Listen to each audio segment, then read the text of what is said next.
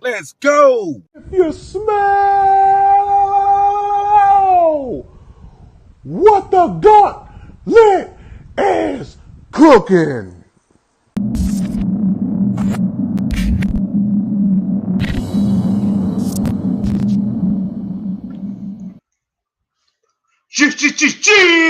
What's up, everybody? It's another Saturday night. Welcome to the Gauntlet. I'm your host, Denzel Snipes, and we got a jam-packed one here for you.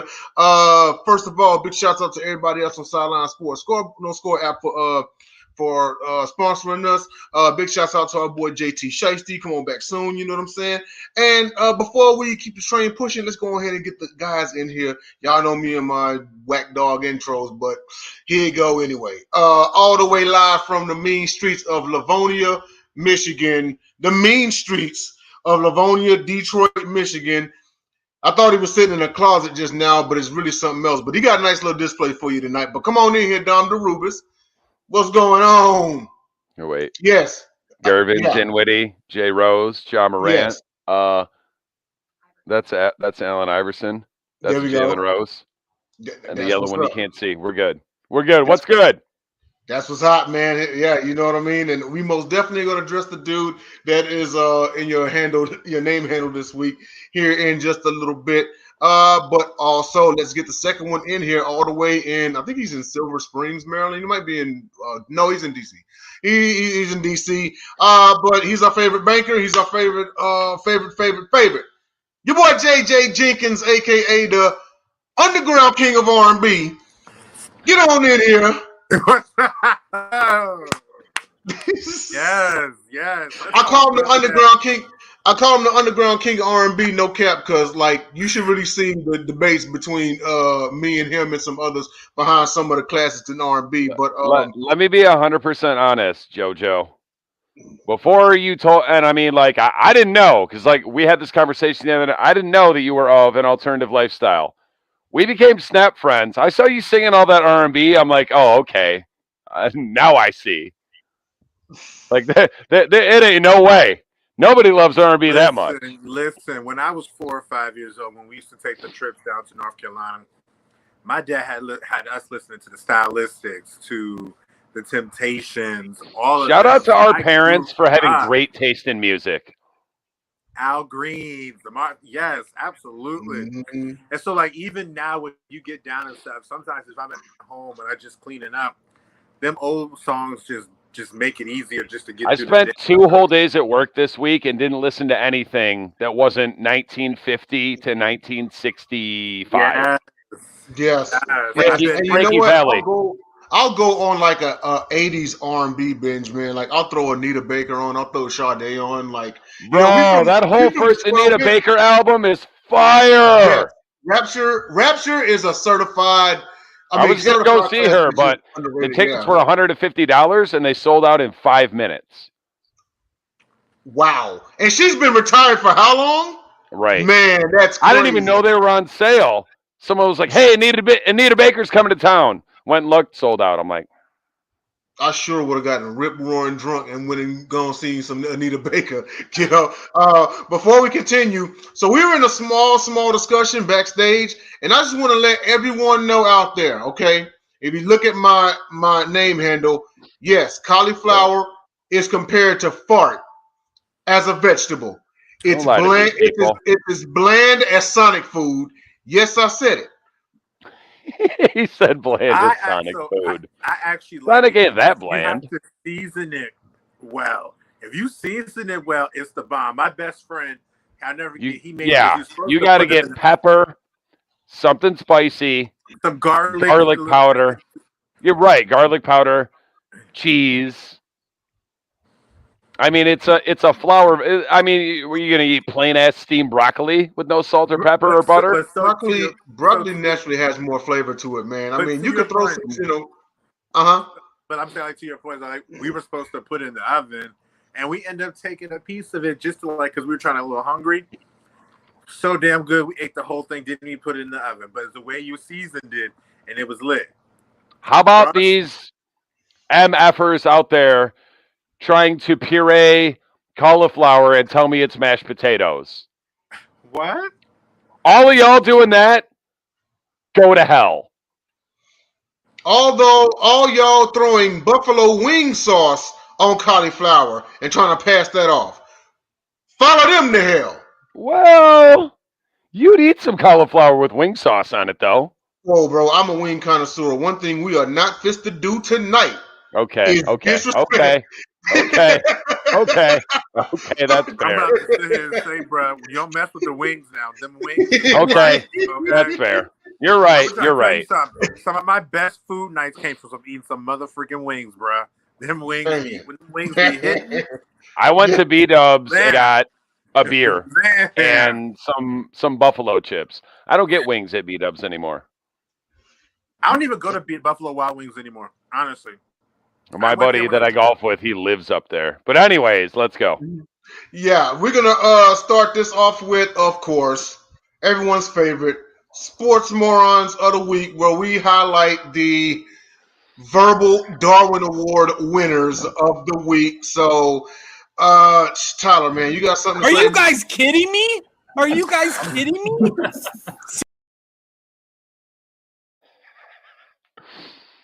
Okay, not verbally. What I saw was a play on the field. My sports moron of the week is Marcus Mariota.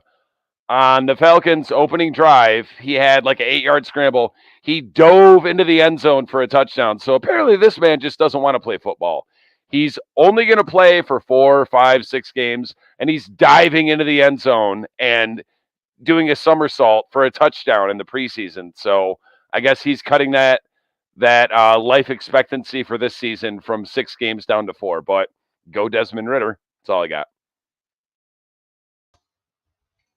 I had a short one. So last night, rookie Desmond Ridder threw in the same game, the game-winning touchdown pass against the Lions. And of course, I go on Bleacher Report. That's like kind of my go-to to go and find the idiots.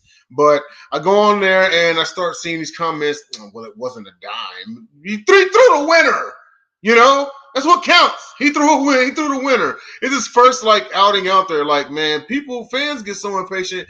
And shout out to Jacob Christner. He don't like fans like I don't like them. And it's living proof that people will just find anything to say. Anything to down this man. I mean, it literally was his first professional game, preseason or not. So cut him some slack, dude. Like, he did what he did to get the job done. All right. So, I love my fan base. I really do. I love the Baltimore Ravens fan base. They are very passionate. They think the world of the team. They definitely can talk their trash. But one thing that I just absolutely gets on my nerves about my fans is that after a player has a good outing in a preseason game, all of a sudden my fan base tends to think that that's going to be the breakout player. So in this case, Shea Bridges had a good game against the Tennessee Titans. And then I love my boy Pablo, but my boy Pablo sat here and said, I think we found something in Shea Bridges. And I'm sitting here and I was like, you guys said the same thing about DeLance Turner the year before, Nate McCreary the year as well. It's just preseason. Everybody's going to have a good game. And so I just want y'all to realize, listen, we are good where we are. These players that have outbreak games, they're not going to just turn it on in a year. Maybe down the line, but right now, we gotta take that. We gotta take that L. Sorry. It's just I think we kind of have a resounding agreement that fans can just be too much. But that's another story for another day. It wasn't a dime. I'm pretty sure it was still a touchdown pass. Did he catch it? Did he have 2 feet down? Yes, did it count for 6 points? Did it win the game? He threw it to where his receiver will catch the ball, and he was getting rushed, so he barely got the ball off. So, but anyway, we're gonna go ahead and move on to our player of the week, and that is quarterback Tony Romo. Now, we have how many resident Cowboy haters? It's probably too many, but I have always liked the guy. I never thought that he wasn't a troublemaker off the field or anything like that. He was very talented. I actually remember back in 2006 when Bledsoe got knocked out and he came in and he just started. And it's crazy because I had seen him on a depth chart in Madden 03, 04. I was like, who the hell is Tony Romo? And then years later, he turned out to be like that guy. 2006, he made the Pro Bowl. He only played 10 games. That's how good he Exactly. was. He made and then yes, he was a 4-time Pro Bowler. Actually going a little bit earlier here. He went undrafted out of Eastern Illinois, the same alma mater as Jimmy G.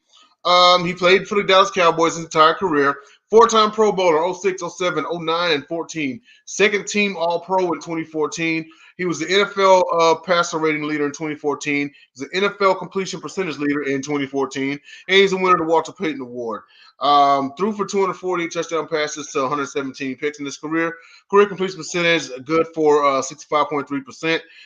Passer rating 97.1 for a career, which is really good. Passing yards, he has 34,183.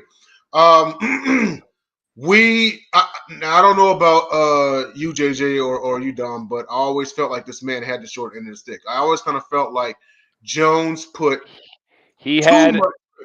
He had.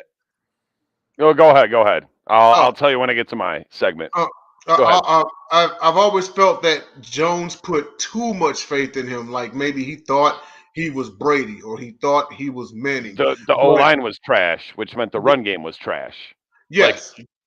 Like let him live through those back injuries and play Dak's first 2 years. I think they win a Super Bowl. They probably do, and you know what is so crazy because we've seen Romo with some pretty atrocious lines, and we've seen him with about 9-10 seconds to throw. So I always kind of thought he got the short end of the stick. He's definitely going to be in he's definitely a Cowboys Ring of Famer, a Hall of Famer, Hall of Very Good, but I don't foresee it. But I digress. I mean, Dom, it's on you, man. What did you think? Well, first of all, 78-49 lifetime record, which is great. 248 touchdowns to 117 interceptions, which is also very great. Troy Aikman, take notes. He's also, as we presently stand, he has the all-time highest passer rating for a retired player. Obviously, Aaron Rodgers is going to smash that by 5 to 10 points. But the thing that I heard about Romo for a lot of years, and it was true earlier in his career, they're like, oh, he throws too many picks. Like, yeah, early in his career, 19-13, 36-19, 26-14. Then he went 26-9, 11-7 in an injured year, 31-10. He had one more bad year, 28-19, but then 31-10, 34-9. It's like I said, he had nothing that Dak Prescott had, which means an O-line and therefore a run game. Their defense was actually, it was actually about like, given Dak's whole career and most of Romo's, it honestly equals out to about the same. They had a really good defense a couple of those years. Most of the rest of the time, it was average to slightly bad. But I've always been a Romo fan. I like him as a commentator too. Hall of Famer, probably not. Like you said, Hall of Very Good. Yeah. But, I mean, you can't complain. Most definitely Hall of. He gave Dallas some great years. I'd put him in and take Aikman out. If they both retire with no rings, people are like, Troy who? True. Michael who? Well, here's the thing with Troy though. Troy, everyone knows during that Cowboys run when they won 3 out of 4, everyone should be in agreement that Emmitt Smith was the best player on that offense. Period. Point blank. Bottom line. Anyone who doesn't. Yeah. Okay. Best one player. The best 5 players were the O-line. With the O-line, which gave Emmett the holes, Aikman the time, and Michael Irvin the time. Yes, of course. Like any average bum could run through that hole, sit in the pocket, making a panini and finding open receivers, and having 3 extra seconds to break off a route and get open. That's why Cooper Kupp, not that good. Sorry, Cooper Kupp, we love you. I know a lawyer out there watching that might be watching this and getting mad, but that's another story. JJ, what were your thoughts on Tony Romo, man? Dom never ceases to amaze me with his takes on certain people. It's hilariously funny. That's why I'm here. Yeah, Dom, you and I know because we definitely had it out the other day about Lamar Jackson and stuff. You know, that was Every fun. day, every day that we talk. That was fun. No, Tony I Romo like was Lamar. I'm rooting for him. Tony Romo is the type of guy that he may not be in the top 5 quarterbacks, but he could be a top 5 quarterback head to head. And that's something that he has demonstrated in his career. My first memory of Tony Romo, I can recall that I remember seeing his greatness was the year of 2007, where they were both 5-0 versus New England Patriots during the year the Patriots went undefeated in the regular season. And that was the best game I've seen in a while because he actually was matching Tom Brady step for step. T.O. was on the team. 24 comebacks, 29 game-winning drives. But what and how many more where he fell just short? I think early on he did get a little nervous in situations, but I have to honestly sit there and say this, and I'll stand by this. Dez caught it, and if Dez caught it and had a chance to go up to Seattle, we would have saw Dallas in the Super Bowl because they were the one team that had the formula to beat the Sling to the Boom, which was DeMarco Murray with Jason Witten, and then Tony Romo was a good enough quarterback. That was his year to really break the ice. And at the end of the day, the beginning was different.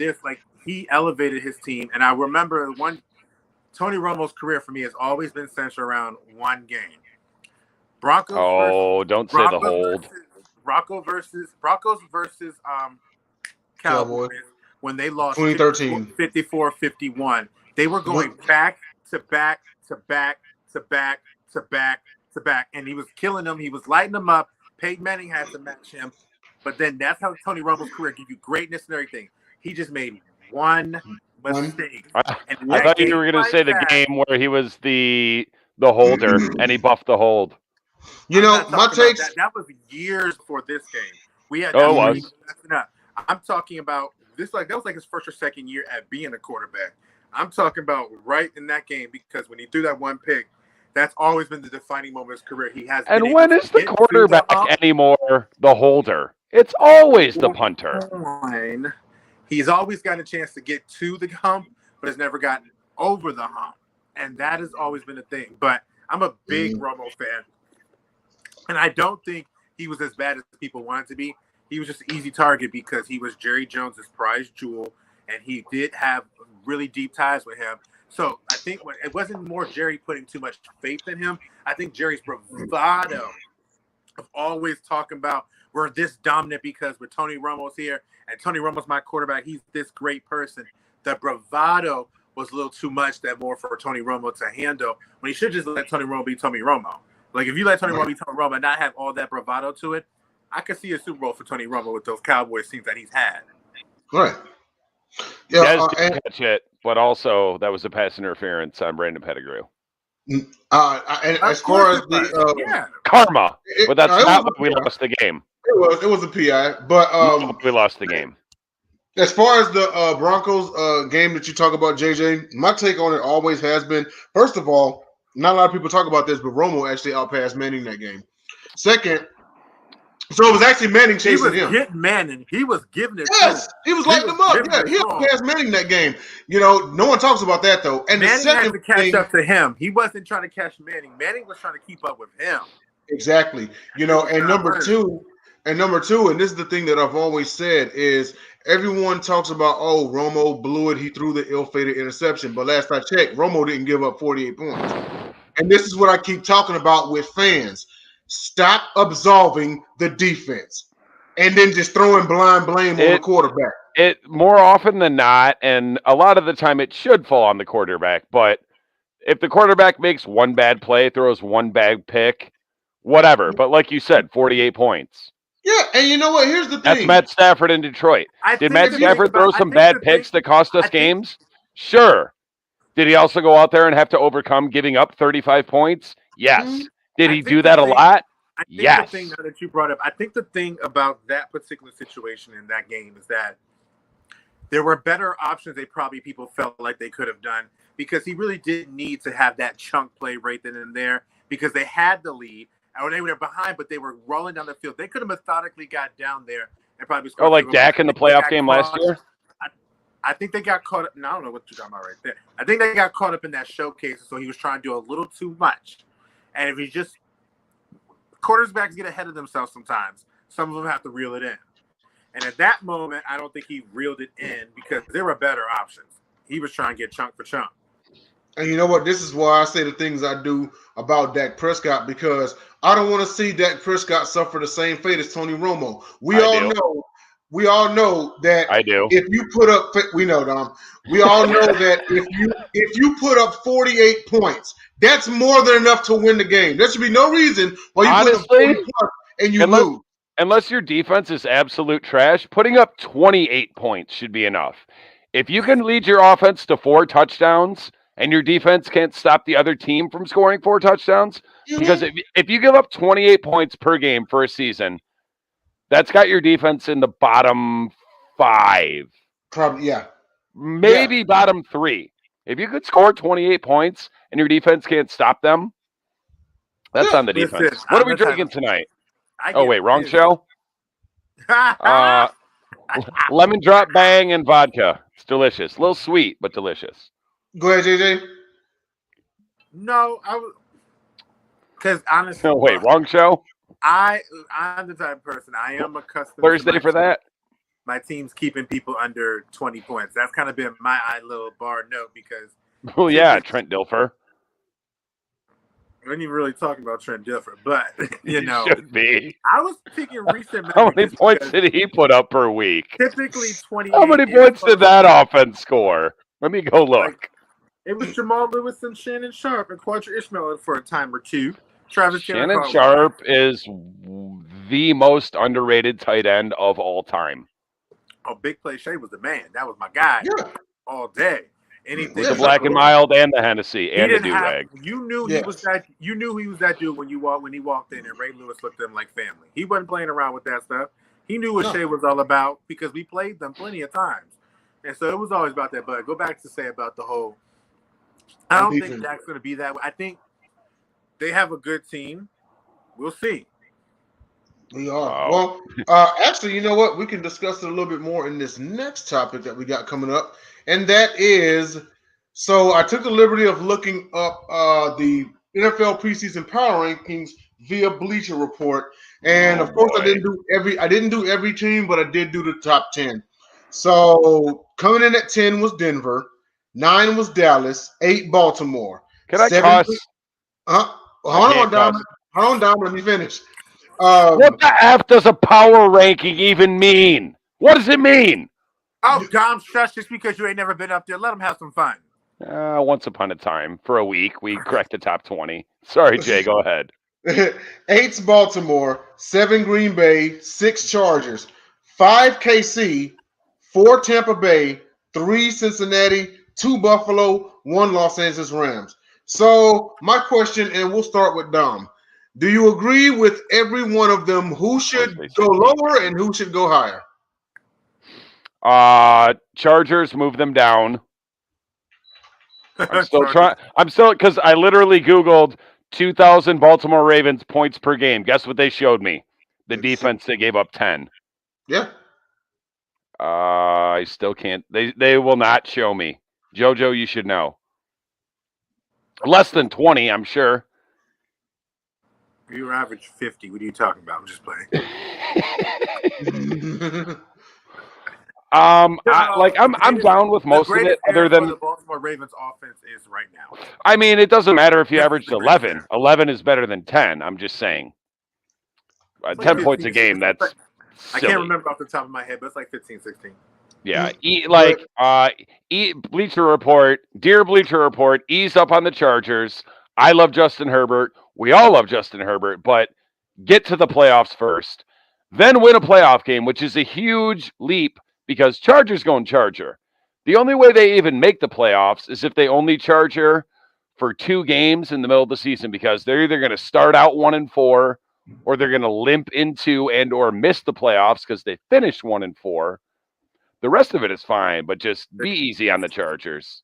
They started 5-1 this last year. Any other teams? Yeah, and then what happened? I mean, 4-1. Chargers gone Charger. Death and taxes, and the Chargers missing the playoffs or limping in and losing in the first round. No, I was just sitting there saying they got 1 or 2 different directions. They can either start off bad and catch fire or start hot and dwindle. Yeah, that's what they do. Chargers going Charger. Mm-hmm. Any other teams you had in mind, Dom? Out of the 10?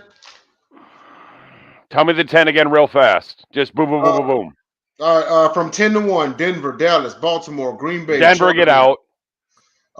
Kansas City 5, Tampa 4, Cincy 3, Buffalo 2, Rams 1. Tampa, no. They're going to lose to the Rams in the playoffs again. Like I said, what power rankings? What does that even mean? What does it even mean in college football or basketball? Like power rankings? What does that even mean? No one can tell me. It's basically, it's your Madden roster rankings. No, I think it's more about it is. How it's not necessarily. I think it's that and maybe like your strength of schedule or lack thereof. But honestly, if you read the actual description of the power rankings, they're really not just speaking off of anything, man. They're basically previewing where the team is at that time, and then say, "Hey, this is a test and the schedule." So Green Bay is way up there, but they're going to lose in the first round to us, or the Rams will lose in the first round to us. Whoever doesn't get that bye, we're going there and beating them. Bet me. This man said he already making the playoffs. For real? Whoa! No. I said no. Listen. Okay, let's go. No. It's a qualifying statement. No, if we was talking like you already made the playoffs. If we sneak in, if we make the playoffs. Now you clarify and say if we make the playoffs. If we make the playoffs, it says the 7th seed, and we're going to either Green Bay if they let us walk over, or LA. So either way, we're walking out of LA or Green Bay with a win. So a team that doesn't play outside is going to automatically walk outside into the frozen tundra of Green Bay and beat them? Yeah, 2 weeks in a row. Really? Really? With no Matthew Stafford, who never did it with you. Hey, listen, I called Matt Stafford beating Brady in the playoffs last year. I called Derrick Henry getting hurt. Like, I put the Dom in Nostradamus. Oh, God. Anyway, go ahead. I'm with it. Do you have more to add on to it? Because I will wait. No, that's it. That's all I got. JJ, what do you think, man? I think Denver being there at 10 is basically purged off the quarterback right then and there because people still regard Russ as a top 10, top 5 quarterback. And then you put him on a team, and put him on a team that I don't think he's top 5 anymore. He's at the 6 and 7 for me, honestly. He's still up there because at the end of the day, I'll take Derek Carr, who's actually going to make the playoffs. But keep going. I actually got him behind him. We did the AFC West rankings a couple. You were all about the Raiders last year. I did think that we're. So was I. Jump. I did think they were going to jump, but again, I still think Russell Wilson is that player to be able to add a team and put them into a ranking where they could possibly compete for a playoff spot. I don't think he knows what to do with a clean pocket, though, because he hasn't seen one in 5 years. I think he does. I don't think because he may see 90. Does he? 65% of the time. Could you go do a job that you haven't done in 5 years or a part of a job? We're talking. How are you? It doesn't. Your logic doesn't make sense there. Sure, it does. No, Dom, it doesn't. Because if you're sitting here saying with a clean pocket because he's not used to, he won't know what to do with it. But we have to realize there was a point in time where he had a clean pocket, and that's he was able to get to the level he did. So obviously, you don't just lose it after it hasn't happened. Plus, even during stretches where he didn't have a clean pocket, use it or lose it. When he had majority of the time, there's still a chance that he has the clean pocket in those same time. But that's neither here nor there. I particularly myself don't care about where my team ranks in the power rankings because I really don't care about this type of stuff. It's always fun to look at just because I like to see how they rank teams and stuff like that. Yeah, it's fun because I want to see what they're thinking or what they see. You know, I want to see the bottom 5. At the end of the day, I've said this repeatedly, and I keep saying this every time. I'll go to toe-to-toe with any team in the league at the end of the day because what we were talking about, like I said, when Lamar Jackson went down, yes, the Ravens were definitely down severely, but the Ravens were in pretty much every single game except for the Cincinnati Bengals. So you take that and bring this guy back with a team that has guys that may not be the top tier talent now. They're on a team that they know how to play with and the people that they're playing with. So I think I'm all right with that. I ain't tripping on that. Real quick. I'm sitting there thinking like, wow. Real quick, let me give you the bottom 5. Joe Burrow beats Patrick Mahomes one time, and all of a sudden he jumps him by 2 spots. And their team, I was like, oh, y'all really now y'all ready to? You guys are trying to prime Burrow to be the face of the league. Prime Burrow to be that next tier player because he's got the I'll take Burrow over Herbert. They really want Cincinnati to be. Well, you don't. We all do. I really don't care if they are or not because it doesn't matter. You can be up there and still Me and lose. Jay called it last year. They were like, "Oh, we're about to smash them Titans."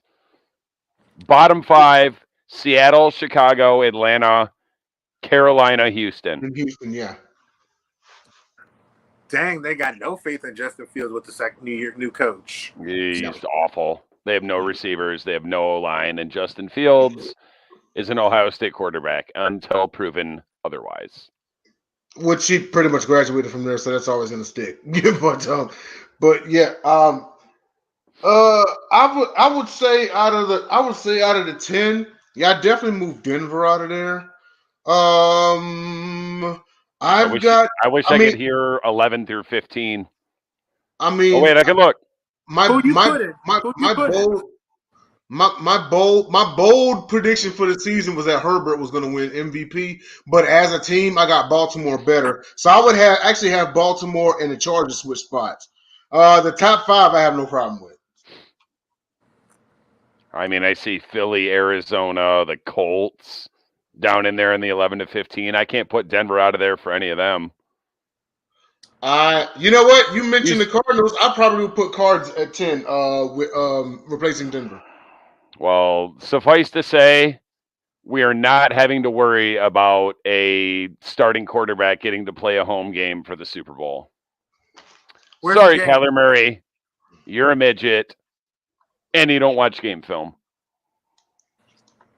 Well, I don't think he's not watching game film. I think he ain't watching enough. Just imagine if he did. But we can move on to our next topic here, and that is in recent news.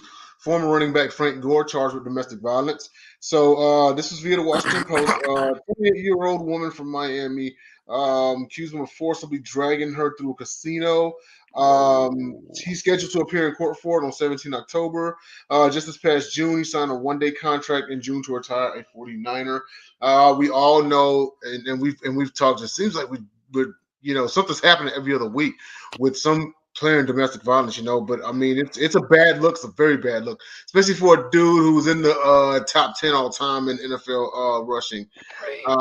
3, 4, 3. Yeah. 3. He's third. 3. He's third, So, I mean, I don't know. I mean, Dom, what do you think about this situation? I mean, with a guy like this, you go so long. We had him as the what's the word I'm looking for here? He was like Iron Man, like, oh, when's he ever going to retire? We said this like 5 years ago in old All Sports. When's he ever going to retire? He's still running hard. He's played for like half the league, but the off-duty things, and it just goes to show, just because you are a certain status, you're an athlete, you're an actor, actress, whatever, you're not immune to nothing, and especially actresses. Yeah, shout out to you, Amber Heard. Not immune to nothing. We gonna keep it sports. We gonna keep it thoroughbred horses. Dom, what do you think about the situation? Really bums me out because I've been a huge Frank Gore fan for his whole career. I mean, first of all, he's a throwback because back then, around when he came into the league, running backs from the U were the shiz. Willis McGahee. Yep. Clinton Portis. Frank Gore. Yep. Just hung around forever. And unlike other running backs from state of Florida colleges, Emmitt Smith, he didn't overstay his welcome. He hung around forever, but he wasn't trying or expecting to be a lead back. But I mean, he retired with all those carries, all those yards, but he was still over 4 yards per carry for his career. And I mean, obviously he retired a couple of years ago, but to hear something like this, to me, and in a lot of ways, it's actually worse. Like for this to happen with Frank Gore getting charged with domestic violence, it's like when I found out that Gary Sheffield was probably doing PEDs.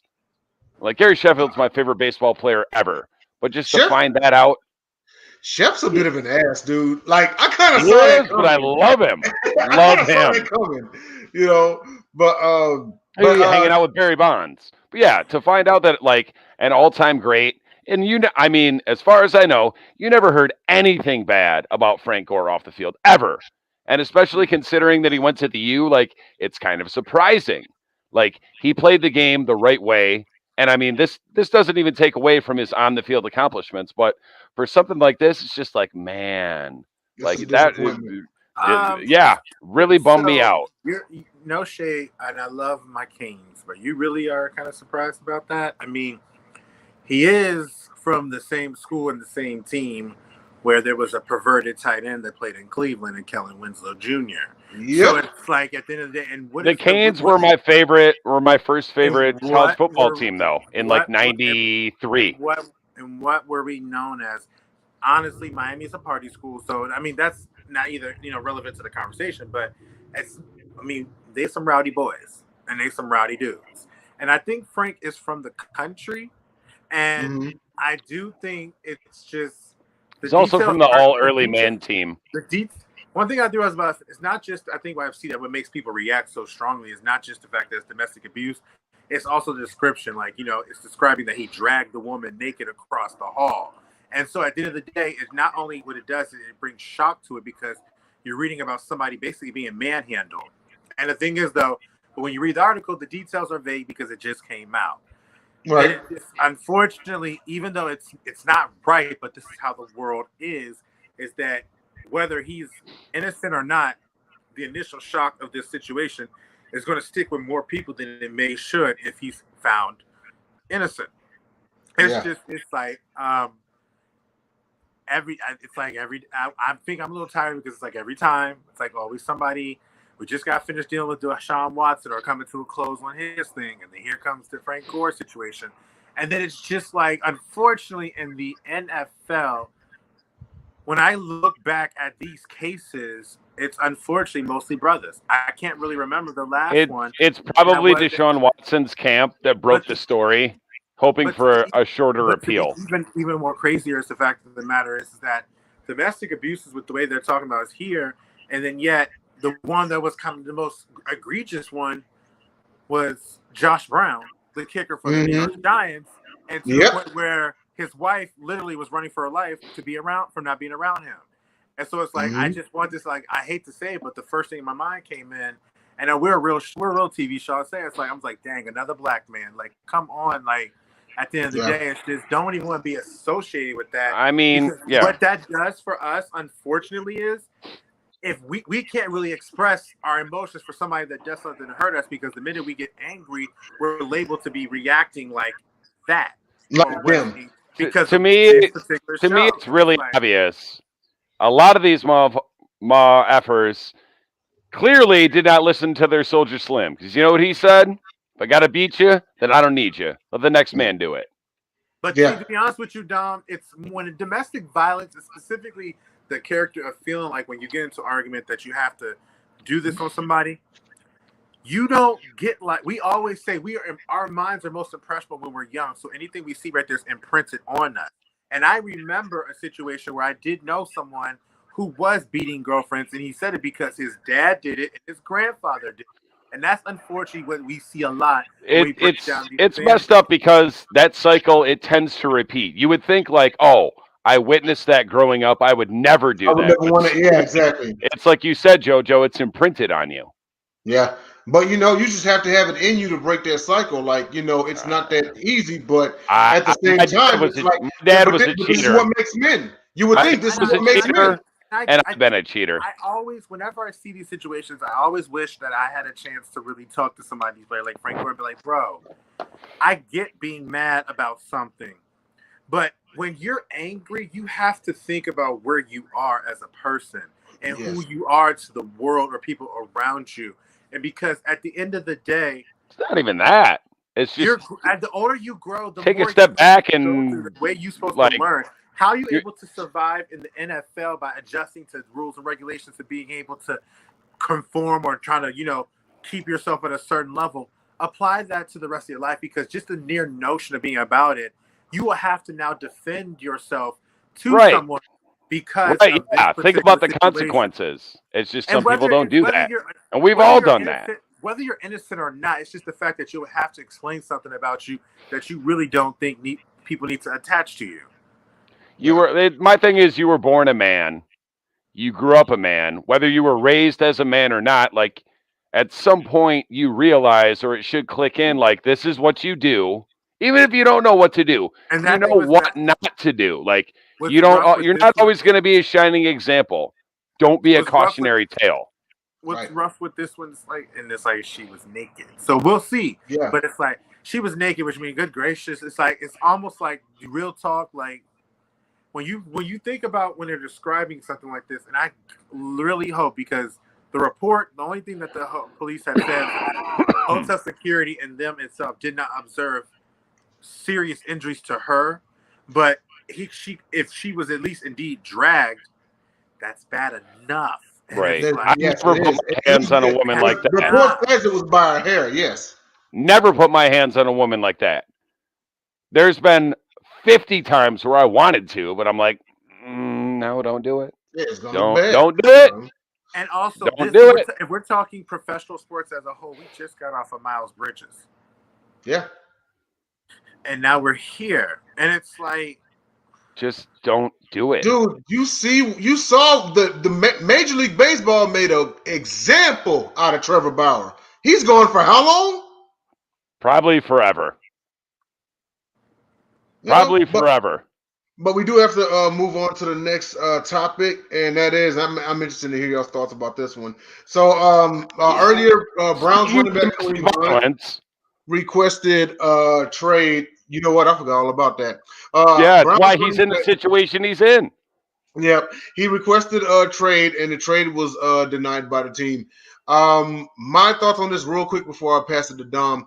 I think that Kareem Hunt, and this is just my opinion, I think he wants to go.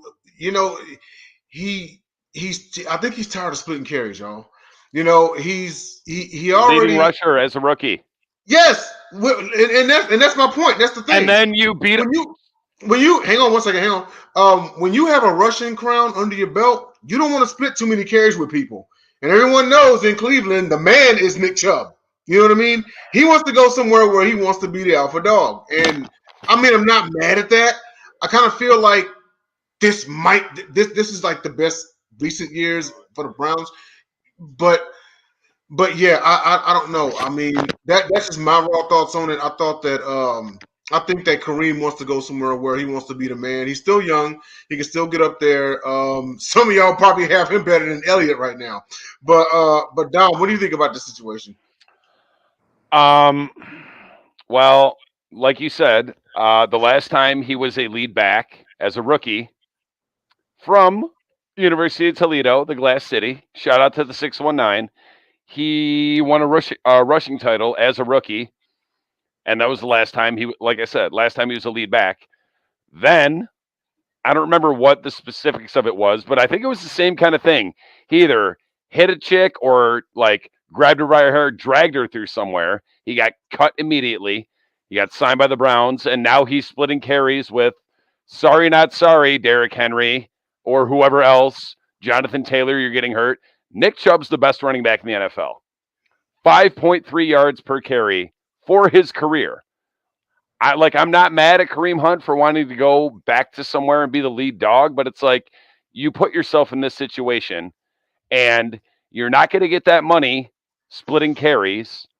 And yeah, they're not going to trade you because they're like, damn, we have the best running back in the NFL and probably a top 12 running back as a backup, and the best backup, not even a backup, just the guy getting 40% of the carries, and he's a great pass catcher, but he probably forgets, or he wants you to forget, or he wants the league to forget about what happened, and that's why he's in this position. Had he not done what he did, like I said, yet again, domestic violence, like you put yourself in this situation. Maybe he gets traded eventually. Plus, sadly, but I mean, it's the deal with every lead back in the NFL. They all get hurt. And of course, the Browns don't want to trade him because chances are Nick Chubb misses 2 or 3 games this year, and Kareem Hunt is a pretty good second fiddle.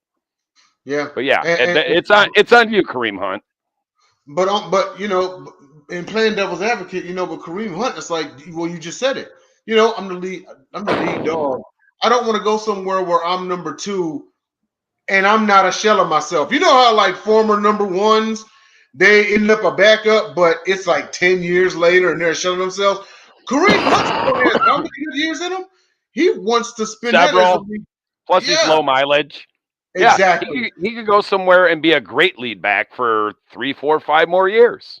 But of course, Cleveland doesn't want to let him go. Yeah. So you kind of understand both sides of the fence here. But JJ, what do you think about this, man? I think we're forgetting one big element about this, and I think this kind of may lead to why I think he wants to leave. A big reason why they were a double-edged sword in terms of a two-pronged attack with Nick Chubb and Kareem Hunt is because they didn't have too much faith in their quarterback. Ding. Now there's a quarterback that's coming in who doesn't really need to have a running game to be super effective. And so you can still work with not just having – so those carries are going to be what you would normally get. Listen, that's why they denied the trade. Because Watson's out for Deshaun Watson. God knows how long. So for them, Cleveland's thinking like, well, he's going to be gone for 6 games, so we still need you. But after 6 games, that's typically the trade deadline. You're not getting traded if they decide to keep you. So you better put it out there and do what you do. But I strongly when's the trade deadline? October? Late October? Yeah, I firmly believe this is because Deshaun Watson is here. And if Nick Chubb happens to only have 65 yards a game, you have a quarterback that can still win the game for you as opposed to the one before who couldn't, where you had to rely on you. And at the end of the day, we always say a running back, when they hit 27, 28, your time is not as prevalent as it once was. Yeah. So you better get your butt to a team where you can be used in a way so you can impact, because he has his own dreams. And yes, he made a mistake, but the fact that he got his chance again, he's not going to not seize it. And for right now, this does not feel like it's going to seize his opportunity. And I'll be very honest with you. I understand that. And I will say, of all the backups, it actually raised a debate for me, because the last time this guy played, he had more production than Kareem Hunt, I believe. And that is the running back that resides with the black and purple Gus Edwards. Love Gus. Say Gus Edwards or Kareem Hunt, I think is a good debate, because when Gus was around, Gus almost had 1,000 yards as a split carry guy. So it's like the backup. He was the best rushing attack in the league at the time. The Baltimore Ravens, I wanted the Lions to pick up Kareem Hunt when he got cut, but we don't do that. I'm going on a little tangent right now, but the Baltimore Ravens have a top 5 backup running back and a top 5 backup quarterback. And so, at the end of the day, that's just a little shout out to my team. Boom. But in terms of Kareem Hunt, I think if Cleveland really want to say, they looking at each other like, listen, we want to keep you, but we have a good chance to get a haul for you. Maybe that can help us for the next couple years. I look to see if there's a team that's like trying to get on the cusp of being contention that would be sitting there and trying to send them out to get like maybe a 3rd round pick or a prospect player. Now that I think about it, I don't necessarily understand maybe denying the trade because. Well, hold on. Two things here. 2 things. Number one, to JJ's point, Kareem Hunt, and also to yours too, Dom, because he is getting his chance again after his incident, because he saw what happened with Ray Rice. And Ray Rice never played another down. He considers himself lucky. Number 2, if I was him, I wouldn't feel too much sour grapes about being denied right now, because there is always a trade deadline. So what he needs to do is he needs to get out there and grind and hustle, because he's building his resume right now. Depends on how dead in the water Cleveland is or isn't come trade deadline. With the Devontae Smith and A.J. Brown and Jalen Hurts up and coming, adding a Kareem Hunt for them might not be a bad idea. And the thing is, to your point, if he shows the production despite all the chaos, some team is going to try to inquire about, like, hey, I know you said he wasn't on the, trade block, but, what's good? Like, what's up? Like, what you want? I mean, Houston's got a ton of draft picks. Because he's even the perfect type. You got Marlon Mack, though. Marlon Mack is a G. And they honestly could do two different things with this situation because he's the type of person that you can even see a contending team adding on to give him an extra boost to try to make the Super Bowl because he's a worthy and capable Blunt, which reminds me of LeGarrette Blunt with Tampa with the New England That's the Patriots. thing. Yeah, if Cleveland's dead in the water come trade deadline, get whatever you can. Yeah, send them. Yeah, absolutely. Get some of them draft picks back. We're gonna take about 30 seconds here. We're gonna get a word from our sponsor. See you in 30 seconds. Sports fans are gearing up and saving big at Fanatics.com, the world's largest collection of officially licensed fan gear. From all the leagues, teams, and players you love, unique one-of-a-kind designs exclusively by Fanatics, and autographed collectibles from today's biggest stars shipped directly to your home. Join Fanatics Rewards for free to earn fan cash on every purchase. Shop now and for a limited time, get 20% off all orders. Fanatics.com, officially licensed everything. I damn sure hope I did that right, and if not, then Wait, was that Kevin Harlan narrating our commercial?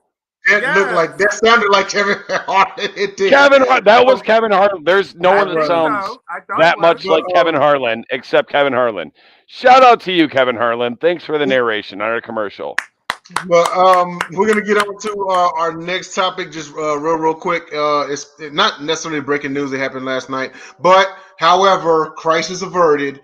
So on a non-contact play last night in a preseason game at Philadelphia, Jets quarterback Zach Wilson went down with a knee injury and he was out of the game. It was feared that he tore his ACL, but officially it's come back.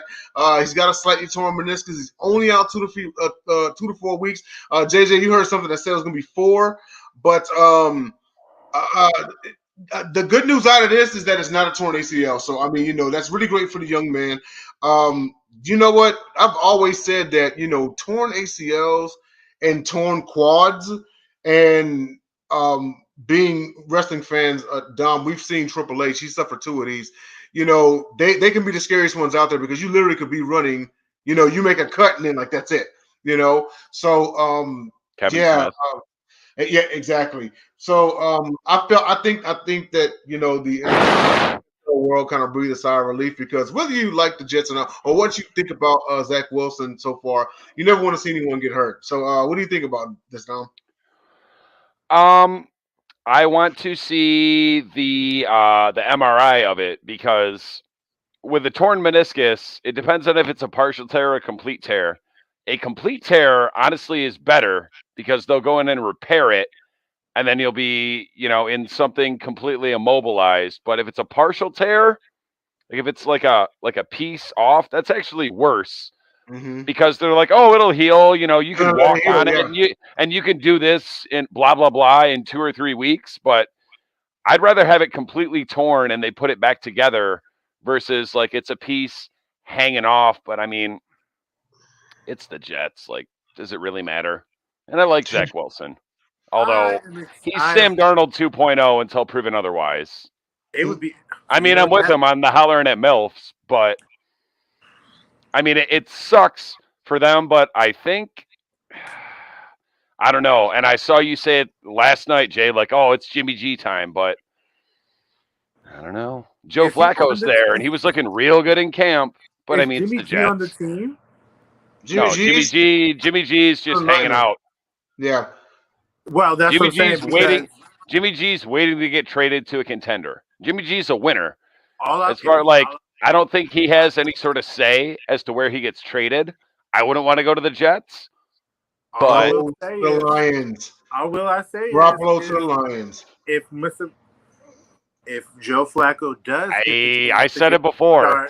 If we get to the playoffs and it's Goff's fault that we don't win, go get me Jimmy G. But go ahead, Joe. Go ahead, Joey.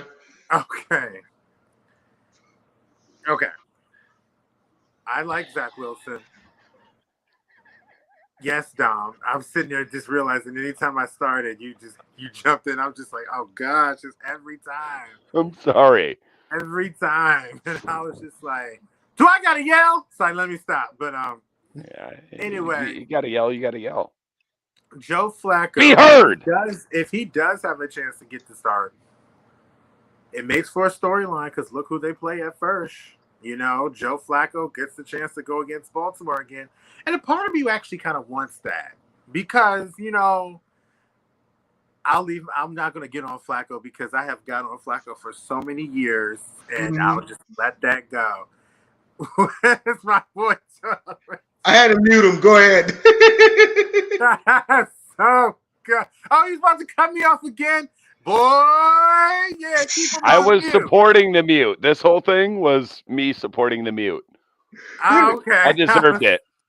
Go ahead, No, but, JJ. it is better than it was. The initial would have been out for a whole year. And after experiencing a guy that's promising and looks like they're going to have a chance to take the next step, to see them lose their season like we did with J.K. Dobbins, I'm glad to see that he can get a chance to come back because I think he really, with their coach, they're building something there. It's just they're taking time, and I'm glad they were taking it the right way. But if you wanted to have a quarterback that you could at least, with the beginning of the year, nothing to expect, no trends have been said about your team, no injuries have set in mainly on like all people. There's nothing like it's just week one, anything goes. You might have a chance of possibly upsetting a team if you had Joe Flacco there. Now, do I, of course, think that's going to happen? Probably not, because who they're playing against. Well, hold on. Whatever happened to Miggity Mike White? What about Zach Wilson makes you think he's anything more than Sam Darnold 2.0? He's listed Mac Daddy Mike White. He's listed as QB3 right now on their depth chart, meaning they put him there. And I don't recall, I don't know, was Joe Flacco there last year? Yes. But he was hurt. Yes, because that's why White even played. They had that monster game versus Cincinnati. Again, he was QB3 behind Flacco back then. Now Flacco's healthy. He ain't going over Flacco. Because whether you like Flacco or not, Flacco is not a quarterback. Mike White was a flash in the pan. That was like a Frank Reich for in the playoffs. That Bengals game made him. I wish people in this world stop overrating players based off of one game. Good gracious. You did that with Matt Flynn when he beat the Lions with Matthew Stafford over there. You did that with Malcolm Butler because of the Super Bowl, and you're trying to do this now with Mike White. I'm obviously trolling, but hey, Matt Flynn got a national championship in the Super Bowl. I ain't mad at Buddy. But we're in the last 2 minutes, so real quick, non-sports topic. Green Ranger versus White Ranger. Who do you think is better? I had to come up with one real quick because I didn't hear from Dom all week. I was like, Dom, it's on you. And then nothing. So who do you think will win out of a fight? Tommy versus Tommy. Green Ranger versus White Ranger. Let's start off with JJ on this one.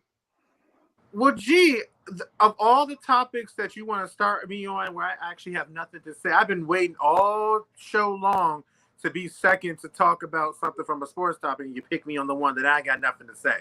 I wasn't a Power Rangers person. Okay, well, you blew it. You blew it. How did I? What are you talking about? Okay, would you rather a dragon or a white tiger? Oh, you're the resident safari animal. I forgot the animals. So you saying like a Komodo dragon or a white tiger? Dragon? No, it was a dragon. A mythical dragon, okay, as beautiful as the tiger is. Green Ranger. Give me that dragon. Give me Hayozanru, blue eyes white dragon, red eyes black dragon. Give me all of it. Okay. Tommy versus Tommy. Who do you got, Dom? I conferred with my outside sources who said green prior to, and I said dragon or white tiger. She still said dragon. So yeah, OG Tommy. With the top knot. With the dagger flute. Absolutely. All right, so we are actually in the last 15 minutes of the show. And one more thing, I kind of sneak this in, just like last week. You must pick one. I'm gonna keep torturing y'all till James' ass get back. You must pick one. Rocky Mountain oysters or seasoned crickets. What kind of question is this? You have to eat one. You must eat one. Go ahead, Dom. all day I'll eat a bug rather than a bull's testicle. I never knew what that was till a handful of years ago. I'm like, what's a Rocky Mountain oyster? Then I looked it up and I'm like, Yep. I mean, generally my thing is, because you said liver or whatever, or chitlins, like I'm not eating any part of any I'm not eating any part of any animal unless it's flesh or milk. I'm not eating testicles, liver, intestine, heart, none of that crickets all day. Oh yeah, and I mean I put because like actually if you go to certain stores they actually like sell them in like bags. It's a delicacy in East Asia. But what about you, JJ? Rocky Mountain oysters or seasoned crickets? I didn't He likes know balls. what the Rocky Mountain. I didn't know what the Rocky Mountain oyster was until Dom said it, and I'll just starve. He said neither. Pull the trigger. Pull the trigger. Third option is pull the trigger. I'll just starve. You can't. I'm sorry. I'm not. Pull the trigger is no longer an option. You got to pick one. I would never. I like this as a late I topic. would never survive. I would never do a fear factor for this particular reason. Nope, I'm not touching any of this stuff. And matter of fact, I have no idea. I would probably punch the person who actually asked me the question to choose. So, Jay, like it could be perfectly deep fried with the best batter ever, but imagine just a bite and it's balls, so there's semen in there. Okay, all right, guys, we're out of time. I just had to get a kick out of this one, but I'd like to thank everybody for tuning in. Please find us on YouTube and drop that like button. I'm gonna throw up. Shout out to our boy Philly Jim. I'm gonna throw up. He had to end the show with that in our Demon. minds. You know who I am. First day in the chat, JoJo. Yeah, hold on, hang on. And I know I'm doing my closings here. Go back to the early episodes of the Gauntlet. There's been worse things said. I've heard them. Penis cancer. Man boner for Kevin Love.